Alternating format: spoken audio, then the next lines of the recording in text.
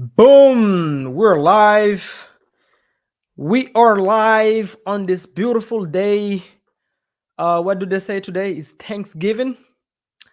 Thanksgiving. Welcome, welcome, everybody. I hope you're having a nice Thanksgiving. Let me know what are you thankful for today. Are you thankful because you've been lazy all year and haven't done anything? Are you thankful because you've been able to accomplish some of your goals? The year is over. What have you done this year? What have you done with your wealth? What have you done with your health? Time. What have you done? Have you stepped into welcome, welcome everybody. Let me see. Let me go public here on Facebook. I don't know why Facebook always put me on freaking private. Let's see. All right, guys, give me a thumbs up on Instagram and on YouTube if you can hear me well. Let me know if my sound drop a boom in the chat. If my audio sounds great. Today we're going to talk about how you can flip homes without using none of your own money, right? Yes, Sam on Instagram, it will be saved. Also, you can go on my YouTube channel, link in my bio. You'll be able to watch this recording is going to be over there. Boom, Brandon, good to see you. So on this Thanksgiving Day, guys, what are you thankful for? What are you really thankful for? I want to ask you. Have you done what you said in January? No, actually, last December 31st, you sat down and you wrote some goals down that you're going to do this year and you're going to commit to it, whether that be private, business, right? What have you accomplished this year? What are you thankful for today? Outside of your breathing, you're healthy, your family, if today you woke up and nobody from your family passed away, you're not sick, you should be grateful regardless, right? But outside of that, right, outside of major setback events, what are you thankful for? Let me know in the comments, guys. I decided to do a live to talk about how you can do fix and flips with absolutely none of your own money, because I keep getting this question from newbies in my DMs, both on Instagram, TikTok, Messenger, Facebook.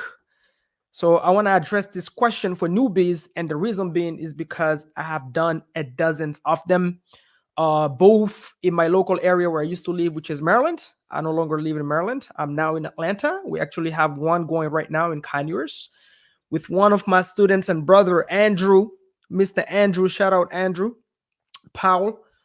Um, Love it, love it. Ratio says, thank you to be healthy and be able to be here. Thank you, man. Appreciate it. Can you get funds with zero interests, Basir? I'm gonna answer that question later, but yes, the answer is basically yes, but I'm gonna break it down later. So I'm gonna let more people jump in here, guys. What are you thankful for today? What are you thankful for? By the way, if you haven't done anything this year, if you feel like you've wasted your time, if you feel like you've made goals last year on the 31st of December and didn't commit to none of it, didn't do none of it, then maybe next year, maybe number one, today you should deprive yourself of something. Whatever that good food you were about to have, deprive yourself of it to be thankful to still be alive and still get the chance to do that. But you shouldn't be stuffing your stomach with, overeating today when you haven't done anything the whole year. Okay, that's number one. But if you've been stepping on your purpose, you've been getting in, putting in the work, because at the end of the day, even if you don't see the results, if you're trying, I mean, you are the only person with yourself 24/7, 24 hours. So nobody knows. Only you know if you truly, truly been living up to uh whatever dreams and goals you set for yourself, right? Only you know if you can be proud of yourself. So sometimes this feeling that we feel, this little anxiety, depression type of state, it's your basically your whole physiology, your whole body telling you that you want to achieve more, but you're not doing the hard work, and so you're not proud of yourself, right? Sometimes it's just feedback. So listen to that feedback. Oh, my brother Yasser, what's up, brother? Salam, bro. Thank you, appreciate you. Thank you, bro. Appreciate you. Hope you, yo, don't abuse the food, bro. Mr. Captain. What's up, Mission Sanko? What is that? Sanko Palais. Damn, that's a dope name. Thank you. Happy Thanksgiving. Happy Thanksgiving. So, guys, the first thing I want to do is this, right? The first thing I want to do is this. I want to guys, so my audio is okay on YouTube. Let me know on Instagram. You guys can hear me okay? No weird noises, whatever, before I get into it. Because on this live, I want to start with what not to do. Every guru online talks about what to do, how easy it is. I think the number one myth and scam of most gurus, number one, is that real estate slash wholesaling is easy. Guys, it's not easy. It's not supposed to be easy. It is simple though, but it's not easy. You will absolutely have to do the hard work. You cannot do wholesaling real estate on the side. It's not a side hustle. It is a full-time hustle. Either you go all in or you go all out. There is not in between. Just saying. All right? Just saying. What up, Instagram? What up, YouTube? All right. So, guys, I'm going to start. So, I actually wrote some bullet points because knowing me, I might start, dancing over here and not being focused. And I'm going to start losing my train of thoughts and be all over the place. So, the first thing first, guys, I get these DMs all the time. And I got it today from newbies that maybe watch too much HGTV, right? HGTV make fix and flips look so sexy. So sexy. They're not as sexy as you think. The end of the road, right? The final product is sexy if you do it successfully.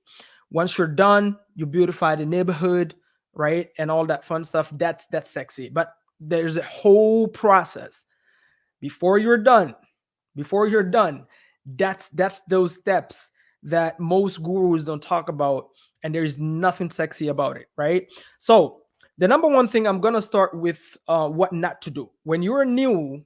Typically, most of you guys watching, you're most likely on the newer side, meaning you probably haven't even wholesaled the property yet. Put a property under contract and sell that contract for a fee and go through that process from A to Z and understand how a real estate transaction even works. And I promise you, every single time I've met a newbie that I've tried to do real estate and got discussed and gave up, even sellers that sometimes we talk to when we negotiate contracts with them because they're stuck with a project, completely ran out of money, right? They don't know how to finish the project. They didn't have experience. The general contractor took advantage of them. It is because they started with flips, because they watch too much HGTV. They listen to these gurus online that want to sell you fix and flip courses. So they make it sound like this thing is like La La Land. They're trying to sell you fix and flip courses. Trust me, right? So if you don't even know yet how to put a property under contract, go from A to Z, you don't even know what a HUD look like. And from the get-go, a lot of people make this mistake because they have good credit, maybe because they have some money laying down, they can afford a down payment, they Google a hard money lender, and they go take hard money and get into a fixer-upper day one. And then 3 months later, the GC said it was going to cost $50,000. 3 months later, you are way over $130,000, completely ran out of money. The GC disappeared. I don't care if the general contractor is your dad or your mom. Do not trust them. I don't care if it's your dad or your mom. The best way to go bankrupt in real estate is you as a newbie to start with fix and flips. There's only three ways to make money in real estate, guys. Right? Thank you, Freddie. See you on YouTube. So you have number one is I'm gonna start with the rentals, guys. That's another myth, but I'm gonna do a whole another video about that. I've done the regular rentals. Guys. Recently, when the interest rate changed and went up to like 6, 7, 8%, I sold I think 2 or 3 of my regular rentals, meaning those are not Airbnbs or midterms or anything like that. It's actual regular rentals where I'm cash flowing on average $400. Yes sir, Andre. Yes sir, always, man. When I'm cash flowing like $400 a month. That's one of the that's another lie from gurus. Okay. How do I know it? Because I've done it. I've held regular rentals where you're cash flowing $400 a month. Guys, if anybody tells you you can do regular rentals and get financial freedom, yo, so that's the long-term slow money, right? But here's the reality. If you doing regular rentals, on average, people cash flow gross. This is after all expenses, vacancy, repairs, unpredicted tenant headaches, unpredicted eviction issues, right? I've went through it. I've sold all my regular rentals. I don't want to hear about it. I don't care how good they make it sound. A regular rentals sucks. And here is why. And here is why. Listen to me. I've been through it. This is why I'm telling you. Only a mom that has kids can tell you what it feels like to get pregnant and go through giving birth, the pain of the process, and then you see how beautiful it is when you see that baby in front of you. If you don't listen to anybody who haven't have kids about kids, they don't know. Okay? Same thing with real estate. Don't listen to anybody who's telling you, oh, you want generational wealth? Go buy rentals. Number one, you need so many properties. Just imagine if you're making $400 gross every single month. Somebody put it in the comments, in the chat. How many properties you need to truly have passive financial freedom income? Call it whatever you want. How many? How many you need? $400. And this is before, this is if you're lucky, number one. Number two, this is before all expenses, management, vacancy, repairs. There you go. Boom. I hope I'm pronouncing your name right. Bazier. I'm pronouncing this with my French accent. Man, I miss speaking French, man. So regular rentals, let's 100 properties. In order for you to be financially free with regular rentals, you need 100 properties at the minimum. You know how many years it's going to take you to do that? Not only that, that's assuming every single thing goes as planned. Every single thing goes well. I'll give an example. I used to own a condo in Frederick, Maryland. Need about 120. I would even argue you need 200 to 250, to be honest with you. Okay? There is a reason why when you get into real estate in general, real estate wholesaling, they tell you go after the landlord lists, the tired landlord list. You know why they're tired? They bought into that la la land BS that gurus sell online. Somebody told them in a book or in a YouTube video that if you want financial freedom, go buy regular rentals in the middle of Philadelphia. Go buy regular rentals in the middle of Baltimore. Oh my gosh, man. Listen to me. Listen to what I'm saying. Let's not get distracted. Somebody's asking me about multifamily. That's a whole nother conversation for another day. I'm gonna do a video on that. That's not the point here. The point is when you're new, mind you, I'm talking to people that are new that don't even know what a hard look like. From day one, you listen to gurus and then you want to know how you can either take down properties with absolutely zero of your own money, to rent it out, or to fix and flip it. You just got started, right?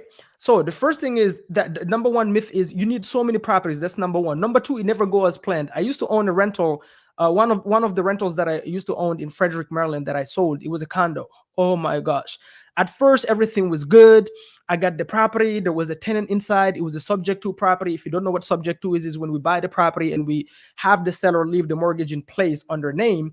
And then, we just keep making those monthly payments, right? So I bought this property, 2-bed, 2-bath, bringing in about, I think at the time, 24 or 2,500 roughly.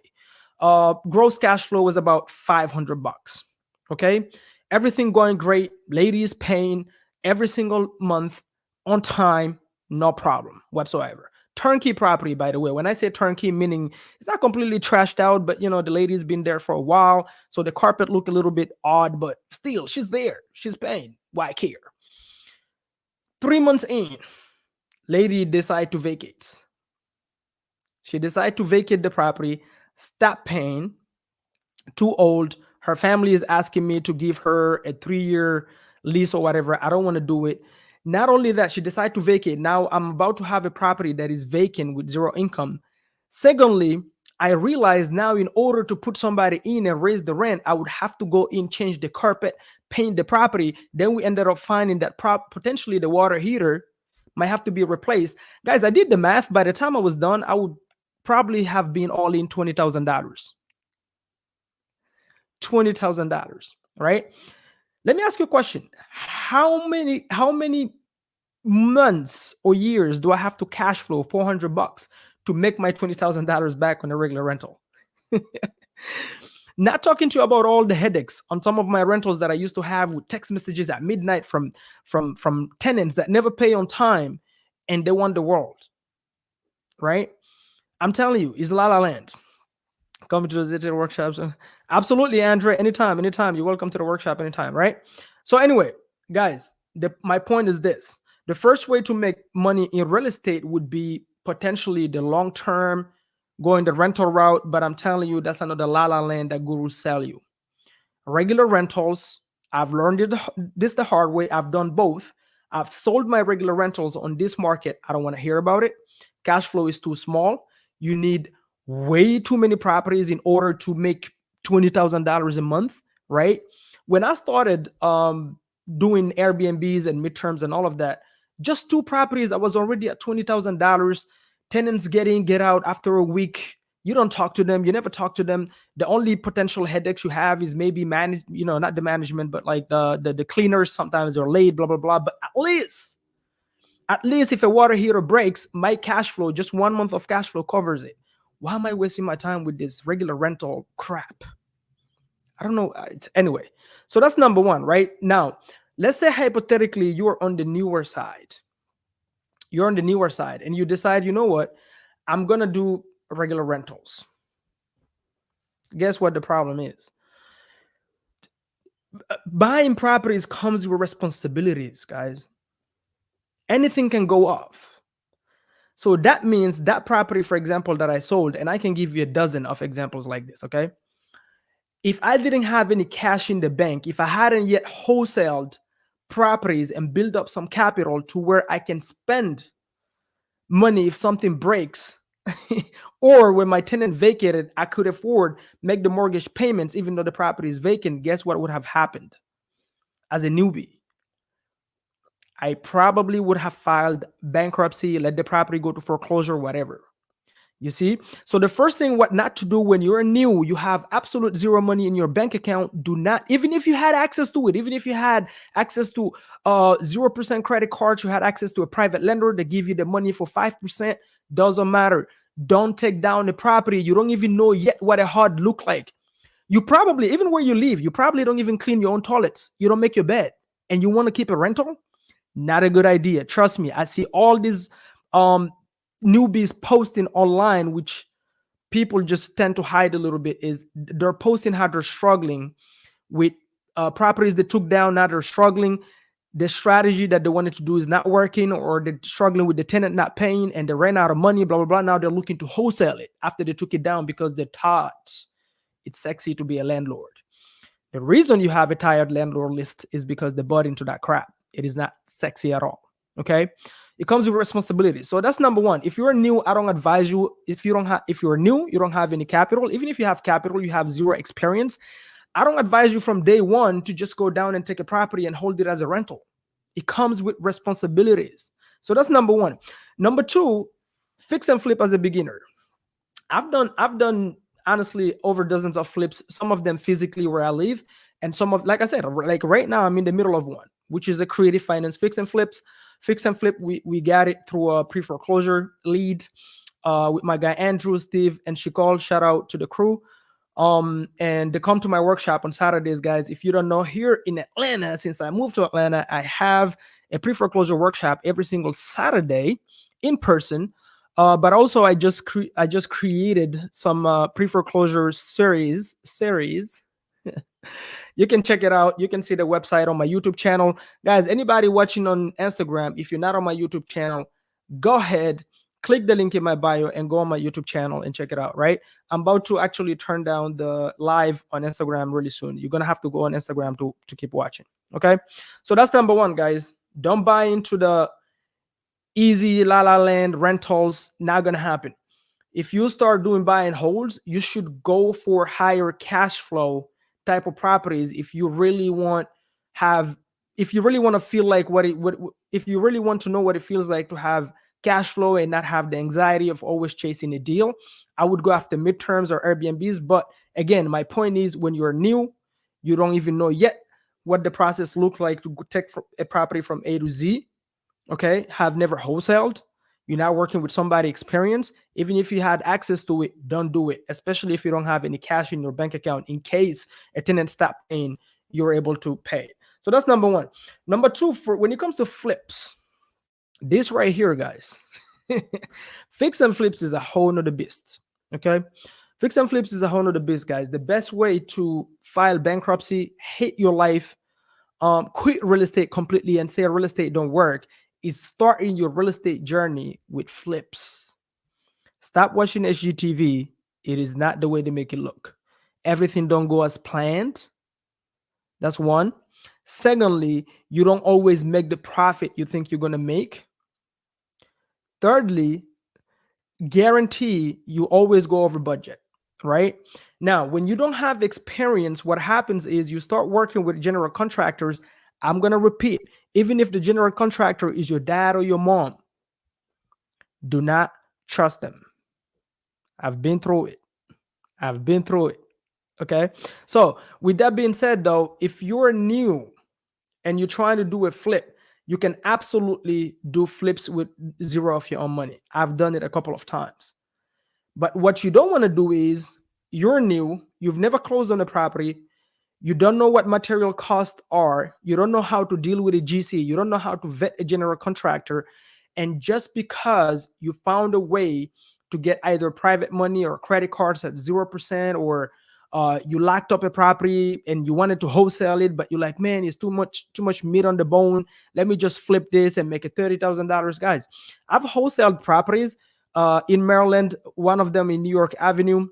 I've wholesale properties in Florida, side by side, two properties. Each one of those, like the ones in Florida, I made like $40,000, right?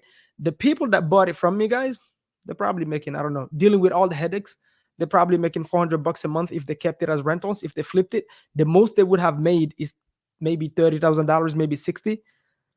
I made 40 and just moved on. Flipped the paper, didn't deal with any of the headaches, didn't take the financial risk, none of that, right? So that's number one.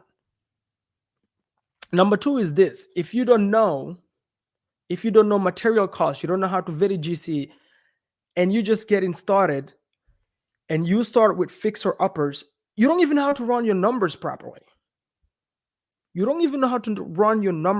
So don't chase shiny object syndrome.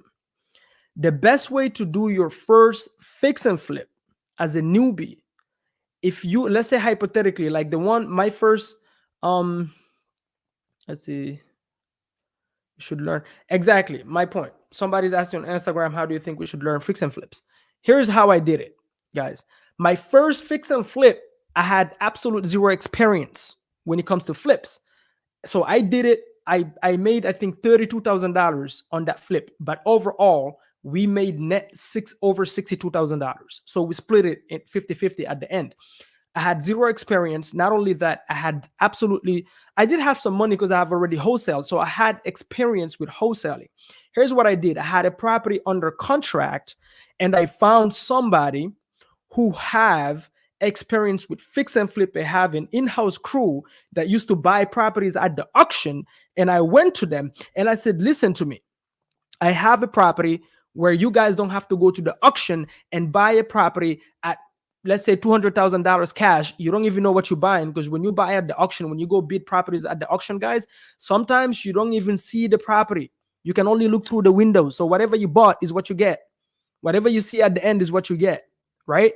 So I told him, listen, I have a property and I locked it up using creative finance. He didn't even know what creative finance is. So right from the get-go, I already was bringing value to the table, because now I had to explain to this guy for over 45 minutes what subject to is. And I've made a lot of videos, guys. You can go on my YouTube channel and see what subject twos are. Once I explained that, I said, you don't have to go bid at the auction and buy a property cash. That's number one. So I've already secured the debt in place. Number two, this property is not like those properties you're used to buying at the auction. This is not a 6 month, 8 months, 9 months renovation, which he's been through. A lot of pain. 6 months of renovations, dealing with headaches, GCs, overpriced material, going overboard on the budget, going overboard on the timeline, and just to make $30,000 within 6 months. Like what? I was like, bro, I'm flipping freaking papers, making $60,000. You telling me you flipped the home for freaking 7 months and you made what? 30,000. Oh man, guys, let me ask you a question. I'm gonna tell you guys this, right? Every single time you go to a networking event and you meet a full-time fix and flipper that all they do is flip, I want you to look at them. Like all they do is flip properties. I want you to look at them, right? And like you can tell how stressed they are. Most of them are in flip-flops, old Levis used jeans, right?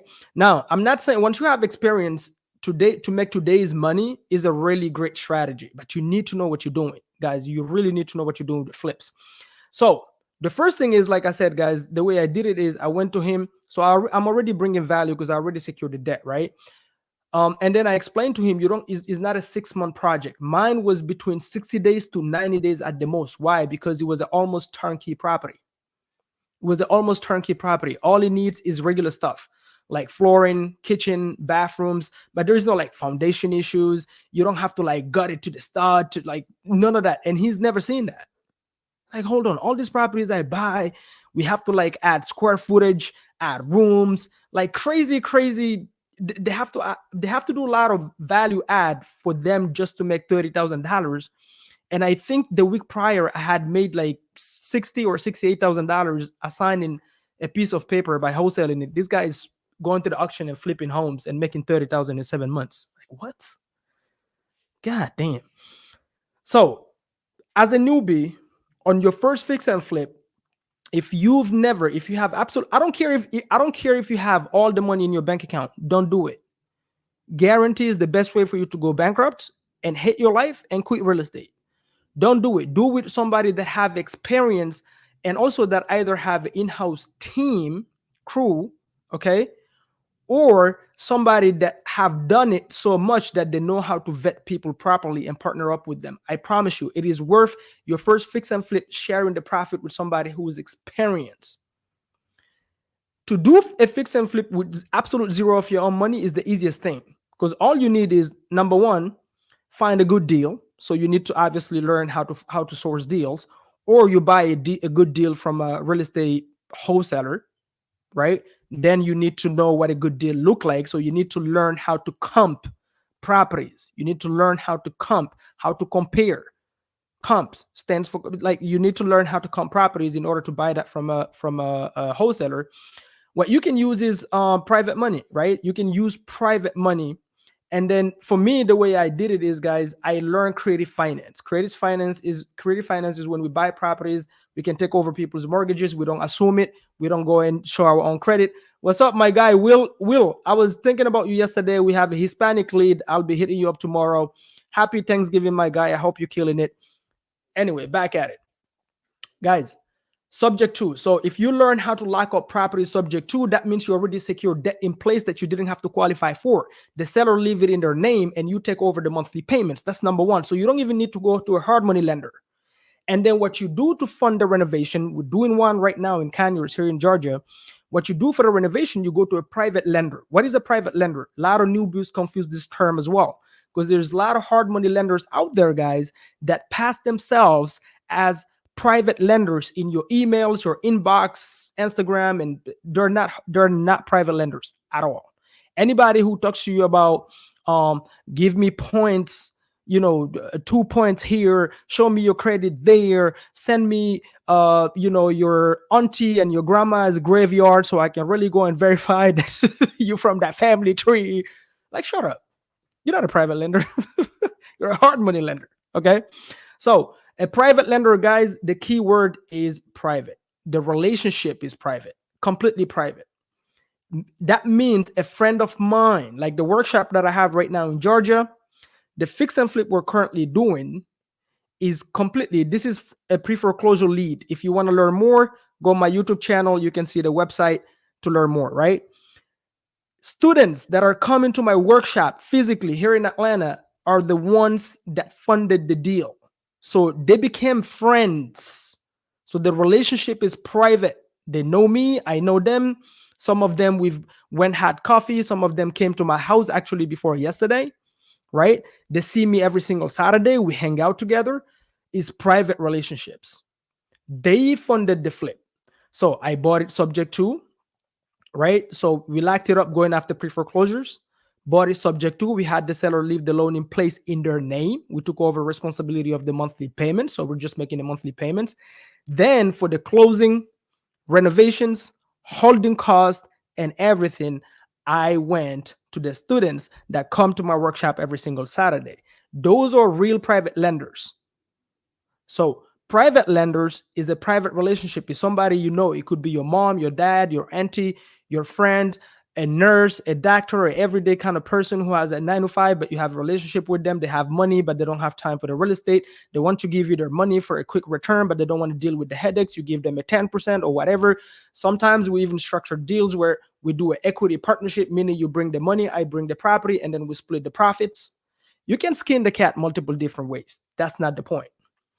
The point is the easiest, doing fix and flips using none of your own money, none of your own credit is actually the easiest thing. The hardest thing is for you as a newbie. You have zero experience, you have zero money, okay? You have zero credibility just because, let me see, JV with, I don't know what's your name, but you're saying that's me. What you mean by that's me? Anyway, guys, let me see. I'm gonna give 10 minutes for Q&A. You guys can ask any questions, but I'm gonna finish my point. If you're new, guys, I've done it. I've made the mistakes. I've made the mistakes of chasing shiny object syndrome. One of the flips that ended up being a nightmare for me in DC was a flip where I chased shiny object syndrome. I could have wholesaled that deal and honestly made like $20,000. I was, mind you, at this point, I even had already done one flip with an experienced investor. And on this flip, I made the mistakes of going in myself. I wanted to, do the second flip. My crew was busy in Waldorf renovating another property. So I thought to myself, you know what? Let me just find another GC. And then I was referred to a GC. And guess what his name was, guys? His name was Escobar.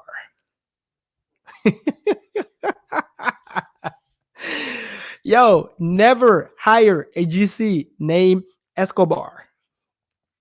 We started with a light renovation, guys. Light renovation. It was supposed to be a $58,000 reno property.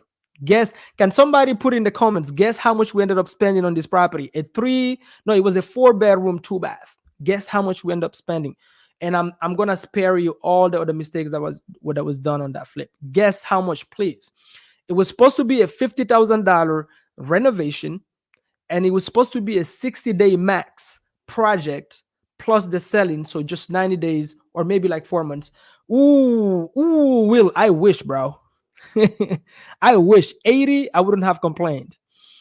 JV with VG 100K, very close. We ended up spending 130.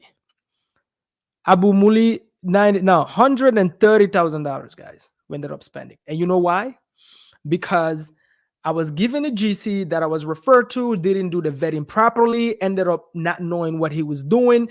This guy, literally, this clown installed the new flooring on top of the old flooring without gutting the property. Then his team, outside of the property, there's a faucet. They broke it. I guess, I don't know what they were doing. They broke it, and so water was leaking from outside into the basement and underneath the flooring. And one time, guess what? This project was 45 to 50 minutes drive away from me. With the DC, if anybody has ever lived in the DMV, DC, the traffic is crazy. So 45 minutes, if you're doing a fix and flip, don't take a fix and flip that is more than 30 to 35 minute drive away from you. You will go crazy. Okay, Rocky, Ratio. I will literally do a video just for that specific, how do you vet a GC? That's a whole nother, that's, I can go freaking hours into that, right? But let me finish my point. Don't take a flip that is more than 35 minutes. So it was 45-minute drive. That's just going plus the traffic, over an hour typically, plus back. So by the time you're done, 3 hours of your day is out of the window. That's one. Secondly, by the time you get there, guess what? Most of the mistakes, sometimes they've already done it. So I walk into this property, I open the door. Nobody was working that day. I didn't even know. I came in by surprise. Nobody was there. They were supposed to be working. That was already a red flag. Then I walked in and I step onto the floor, guys. Boom, everything went up. The whole freaking flooring went up. Oh my gosh. Ended up finding out they didn't gut the house properly. Water was leaking, and ended up finding out that even the location of the property, if you're on the newer side, there's this silly type of mistakes you make. We come the property, but we miss the gas station that is right across the street. Never. Properties next to a gas station. Bad news. That's where everybody come and sell their shit. That's where people get shot. So families don't want to live there, right? So we ended up going over budget. The seller, this was also a creative finance fix and flip. The seller was supposed to move to North Carolina, so we were supposed to get in quick, get out, and then pay them the money. This was innovation, so we partner up with the seller. We turned the seller into the bank, so they had to wait for their funds after we're done renovating the property. Again, if you want to learn about these strategies, the website is down on my YouTube channel, or you can also see on my YouTube channel, I've made a lot of videos, right, about these topics, these different kind of strategies. But the seller, guys, now, because the project took way longer, I think we were supposed to do 3 months, ended up being 6 months. The sellers were at a hotel that we were paying every single week. Luckily, guys, I had language in my paperwork that states that when we go to closing, every single expense, me as the developer, I put in, I have to recoup that money first before any profit split. So I got every single penny back in terms of the money that I spend. But guys, I'm going to spare you the details. Bottom line is, if the GC's name is Escobar, don't hire them. That's number one. Number two, you got to learn how to vet GCs. Make sure your contract is super, super solid. I don't care if the GC, the general contractor, is your mom or your dad. They will try to scam you. They will go over budget. Now, there are certain things that is not really their fault. Things always happen on the flip. When you open up a wall, you always run through things, into things that you didn't plan, right? That happened to me like on a virtual fix and flip in Texas. That went great, but when the GC opened up the wall, no, I think it was the electrician, he found something that we didn't know about. For example, it was a rat infestation. We couldn't have planned that. So, that was a 2-week step back to get rid of the smell, and then we had to bring in pest control. It was a bunch of, that happens. But in terms of them just nickel and diming you, exactly, bro, Pablo Escobar, them nickel and diming you, if they know that you don't know what you're doing, you are screwed. Any material that costs $100, they will charge you 150. Timeline, they will tell you 60 days. Oh yeah, 60 days, just 60 days. No, it's not going to take 60 days. It's going to take 4 months. And even after 4 months, you have to bring another GC to finish their crappy work. Man, I can give you you know what? I'm going to do a video where I'm just going to talk about nightmare flips. I've been through a few. That's how I know. So when you're new, guys, it's easy to do a fix and flip again with absolutely zero of your own money. That's really easy. Learn how to get deals using creative finance, which is what we do. Primarily, we go after pre-foreclosures because these are sellers that are already motivated before you even call them. Again, you can learn more on boomwealthbuilders.com. You can see the website, link in my bio on Instagram, and also on my YouTube channel. You can see it down below, right? And then once you lock it up creatively, you secure the property, then you go raise private money. Another way that I've done it is to turn the seller into a partner. This is called innovation. So, for example, I've done a flip in Waldorf where I made $84,000 net in profits. How did I do it?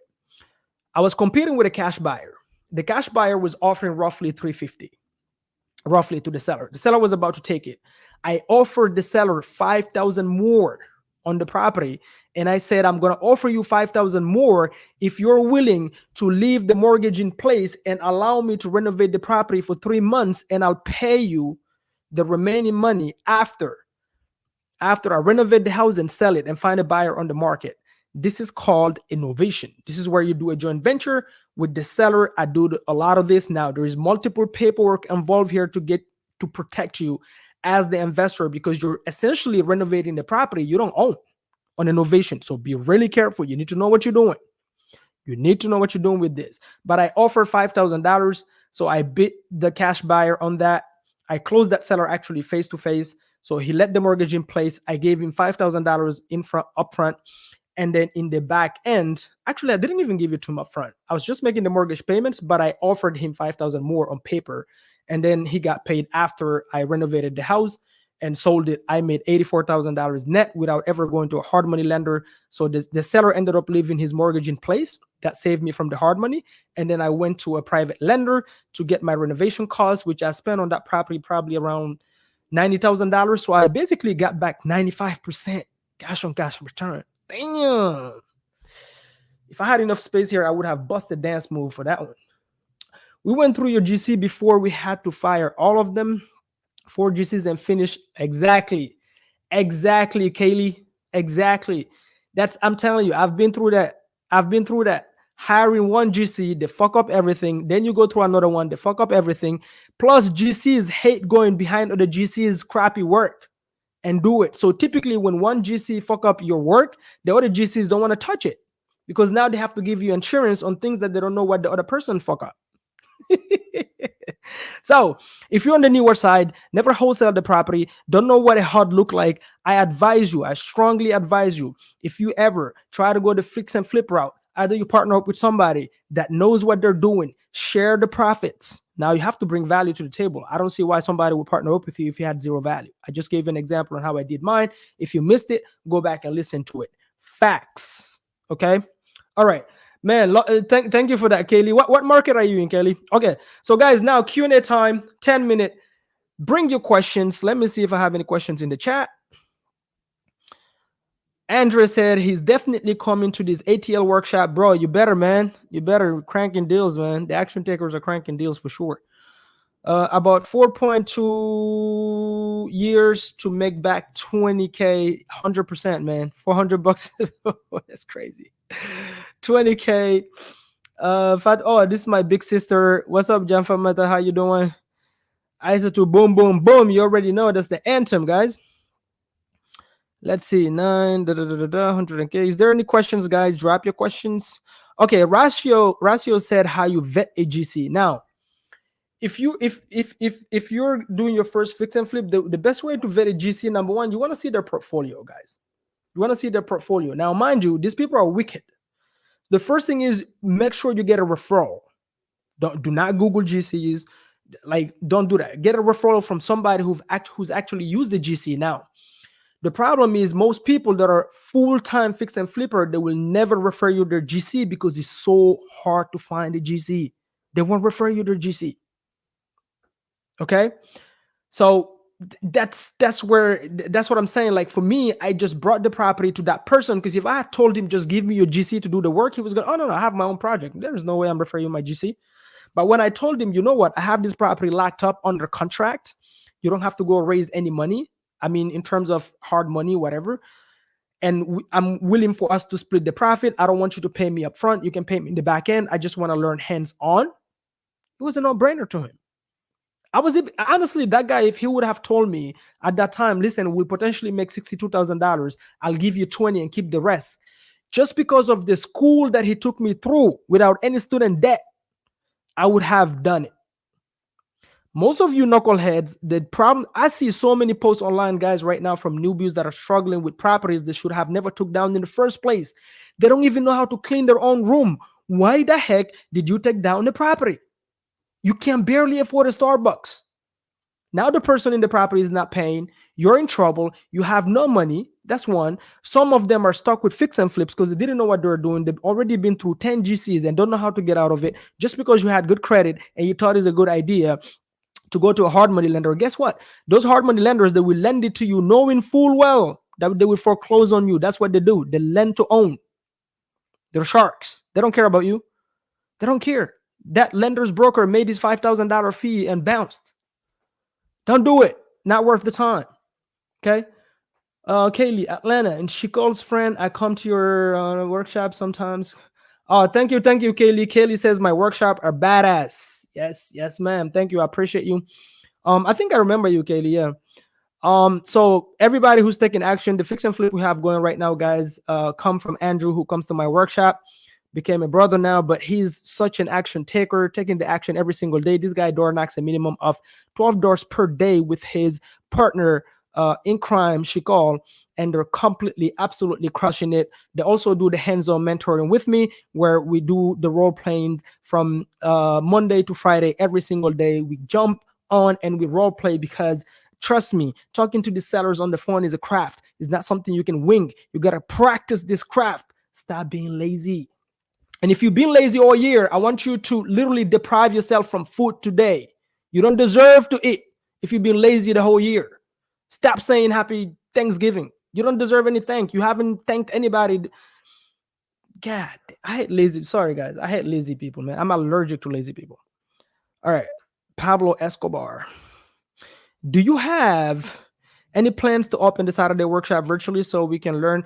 Yes, Andre. So I'm going to post the link probably tomorrow. From next Tuesday, guys, big announcement. From next Tuesday, I'm going to start. It's not really a workshop, but it's going to be like a Q&A type pre-foreclosure / creative finance Q&A every single Tuesday is going to be at 7:30 p.m. Eastern time for those, because I keep getting demands from the people that cannot come physically to the workshop. But that's more like a Q&A, because the workshop is where we go and do the work. We make the calls. We bang the calls.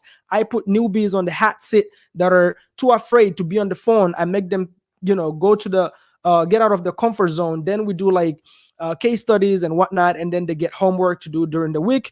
And those that take action, guess what? From Monday to Friday, they go create problems. Then they bring those problems on Saturday, and then we solve them. Boom, boom, boom. All right. So, Mr. Andre, from Tuesday, look out for it. Tuesday, my friend, I'll be posting that everywhere actually. Everywhere actually. Let me see. Yes, sir. Yes, sir. Look out for it. All right, guys. I hope you got value out of this. If you did, please share, hit that like button, subscribe to my YouTube channel if you're on Instagram and haven't subscribed. Why? Even if you're not gonna watch it, just subscribe if you're getting any value. No. All right, guys. Until next time, make sure you enjoy your Thanksgiving. But if you haven't been thankful to God all year long because you've been you're healthy, both physically and mentally, but you've been lazy watching Netflix. Some of us, yourself, addicted to the porn, watching porn all day, can barely function. Is a pandemic now. I would like to be part of your workshop. Absolutely, absolutely. Yes, it is online. You can join from anywhere. You can join from Japan, from Africa. You can join from anywhere. It's going to be online. I'm going to post it from next Tuesday. I would actually love having people from other countries join. Not a problem at all. Okay, guys, if you have been ungrateful to the creator of the universe, to the creator of the heavens and the earth all year long, he gave you health. You're breathing, you're physically capable, mentally capable, and you've been lazy all year, haven't done nothing. Do not sit today and say, Happy Thanksgiving. Shut up. The year is about to end. Sit down, map out your goals for next year, commit to it, find somebody to slap you in the face for being lazy, brutally lazy. What's up, Mr. Sadek? If you're healthy physically, mentally, young, guys, how do I know this? Because I have a workshop and I can tell you guys, it takes so much patience to see brutally lazy, self entitled people all year long. They have the self complaint about the self problems that are actually not problems. They have too much food in their stomach, not hungry enough, don't want to do any action, don't want to make the calls. Let me ask you guys something. You know what? I'm not even going to ask it. I'm not even going to ask it. If you look at me, look at this sexy, Look at that. You think this is per accident? Think this is per accident? If you meet me right now, would you say I just woke up and then I watch Netflix all day and then I look fit? I fucking work out from Monday to Sunday. How do you expect to get a deal? You don't make the calls. How? How? You idiot. God damn. People are lazy, man. Anyway, Sadik, you came at the end when I'm roasting this freaking lazy. I'm telling you guys, man, I do the workshop. I see people coming there and they're finding excuses for their excuses and they want a hug. They want therapy. I'm not a therapist. I'm not a therapist. This is real estate. Make the damn calls. Now we can do the therapy online if you want. But see, don't confuse mindset with therapy. Some people like some people have man. I'm sorry, guys. I was raised by a G. My dad don't play. You know, we were allergic to laziness. If God gave you health, both mental and physical, I am so sorry. I am so sorry. Your excuses, you can keep them. Nobody cares. Everybody have problems. Everybody have problems. You see, guys, and I'm gonna end on this note. I'll tell you guys what I mean, right?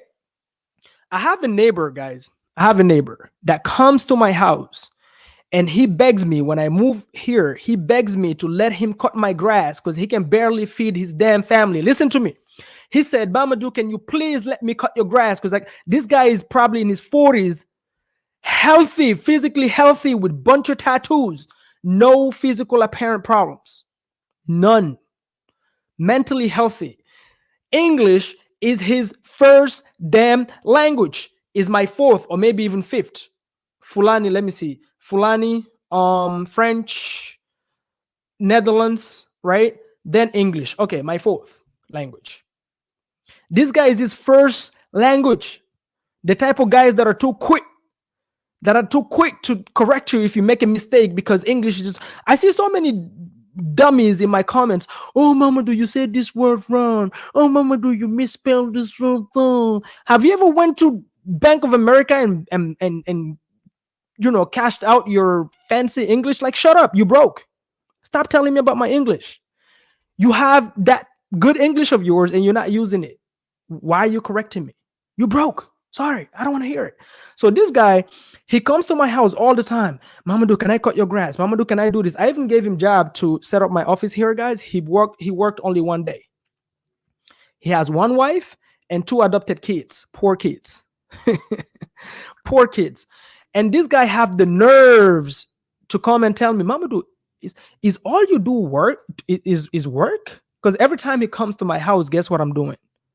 Working. He see me here. My door is right here. He can see my office. He sees me here working all the time. And his question to his guys, he can barely afford bread. And he's asking me if all I do is work.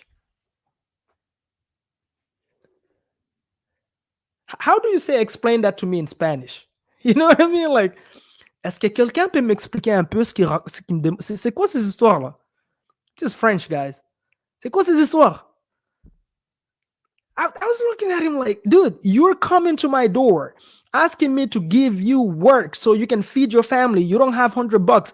He literally been asking me money for gas, but you're asking me if all I do is work. All you do is what? Jerk off? Fuck is wrong with these people? So guys, I have low tolerance for excuses, very low tolerance because I've I have very low tolerance. And the reason being is because if I can do it, there is no excuse for you to not do it. My English is self-taught. I was at 11, 12-year-old. I've learned my English in a refugee camp by myself, not in school. The English I'm speaking here, I didn't learn it in the US. Come here, build a whole freaking portfolio worth over 4.5 million. Some of my properties are bringing on average $10,000 a month. And all the other deals that I've done, teaching people how to do this, creating content, adding value to people, and you sitting jerking off and telling me English is your first language. You misspell a word. Like, shut up. Don't correct my English, you lazy dirts. Anyway, so you guys can tell when you come to my workshop, guys, what to expect. Okay? If you need hugs, go to therapy. I'm not a therapist. Now, you have to be self-motivated, but I can inspire you. That's the best I can do. I don't motivate people. You got to be self-motivated in life. If you're not self-motivated, it's okay. Just keep a job. Nothing wrong with having a job. Nothing wrong with having a job. All right, guys. Anyway, guys, enjoy your Thanksgiving. I'm about to go give myself a think as well. I'm gonna have some food. I'm starving. It's been a great live. Guys, let me know if you got any value out of this. Please share, like, subscribe, hit the notification bell. And until next time, guys, you already know, stay bold and be bold. Thank you, Sade. Good seeing you, my brother from another mother, man. You got to pull up to ATL, bro. Let's hang out. All right, guys. Peace.